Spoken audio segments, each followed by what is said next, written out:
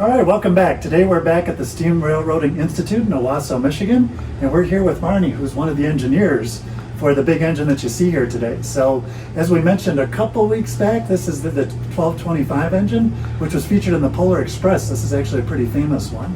So Barney, could you tell us a little bit about what it takes to actually drive an engine like this? They're a very simple machine to operate. There's really only four things that you really need to know. The first one here is the throttle. It's just like the gas pedal of a car. The farther you pull it back, the faster we go. This over here is not the steering wheel. It's actually the reversing gear. It's what makes the engine decide to go forwards or backwards, depending which way we turn this. So these two make it go. These two make it stop. This is the engine brakes, where it takes air to put the brakes on. So if you don't have any air, you don't have any brakes.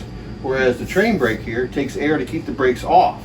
So if we lose air pressure, the brakes automatically come on and the train stops. So that's basically all it takes to make the engine go. Of course, you have the rope to blow the whistle, and a couple other little things, but to really make it go, they're a very, very simple machine to make run.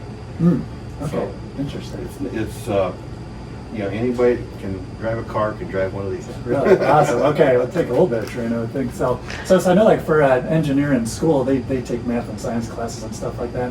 But how did someone get trained to actually be a real engineer for a training? Well, to be a real engineer, most of it is on the job training.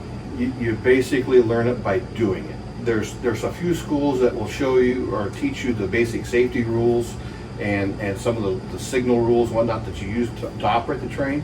But the actual running of it, 99% of it is on the job training, where the guys just get in here. They got an instructor right here with them, helping them, but they're coaching them along. But you basically learn it by doing it, and it's something that some people can pick up just like that, and other people never get it. It's altogether different than anything you've ever messed with before. So, but it really is quite simple once you understand the dynamics of what's actually going on, or what's actually happening.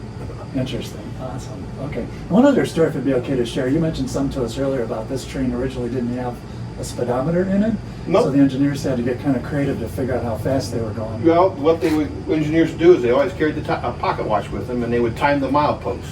And you know, a mile a minute at 60 miles an hour. So they would time. They'd look at their watch when they go by a milepost, and then they would see when they go by the next milepost, and from that they could mathematically kind of figure in your head an idea how fast you're going.